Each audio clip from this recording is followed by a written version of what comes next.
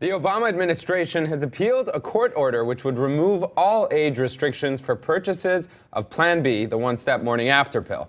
It set off, as you might imagine, a firestorm of criticism from reproductive rights organizations. And here to help us make sense of this is Laura Bassett, a HuffPost political reporter. Laura, last week Obama was applauded when he addressed members of Planned Parenthood, and this is what he had to say.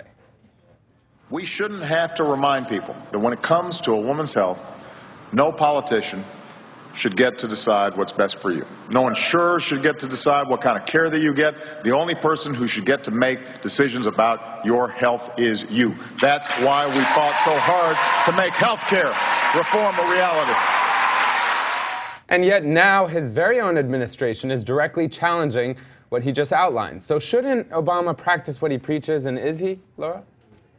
Yeah, this is an extremely weird move on the Obama administration's part. Basically, you have a Democratic administration overruling their own scientists to side with social conservatives on a women's health issue. It's very strange considering the FDA in 2011 recommended that the morning after pill be made available over the counter with no age restrictions. And the judge basically told them to do just that. He told the FDA to do what the FDA itself had recommended, which is to remove the age restrictions. And because of political pressure from the administration, the FDA is kind of trying to strike some odd compromise where they just lower the age to 15, and women's rights groups are still angry and social conservatives are still angry. So the compromise has essentially pleased no one. Right. So if it has pleased no one, I mean, what is the motivation behind it? A lot of people are saying, obviously, this is politically motivated, and that this is obviously a step backwards when it comes to women's health. And even just, juxtaposing it with what we just played from Obama himself, that would appear to be true. But then what is the motivation in this situation? Well, so it could be two things. Obama agreed with Kathleen Sebelius in 2011 when she overruled the FDA and said there's not enough evidence that shows that girls under the age of 17, the age was 17 at the time, can safely take this medication. He agreed. He said, I have two young daughters, and I think most parents would agree that we don't want our kids having access to this. So there's the policy aspect, but I think what's more likely is that, you have a federal judge here who the Justice Department believes exceeded its authority. And basically, this judge overruled HHS, slapped Sebelius on the wrist and said her decision was based in politics and not science, and told the FDA specifically what to do.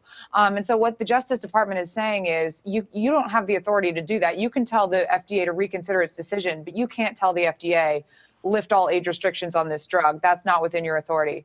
So I think more than the policy implications, this is about Obama not wanting this judge to set a precedent of being able to overrule HHS and call Sebelius out for making a politicized decision. And, with the timing, as you pointed out, is certainly peculiar, the speed with which these two kind of moves came at the same time almost. I mean, what do you think is going to transpire, or what should happen if there is a way out of this politically, let's say, for the Obama administration?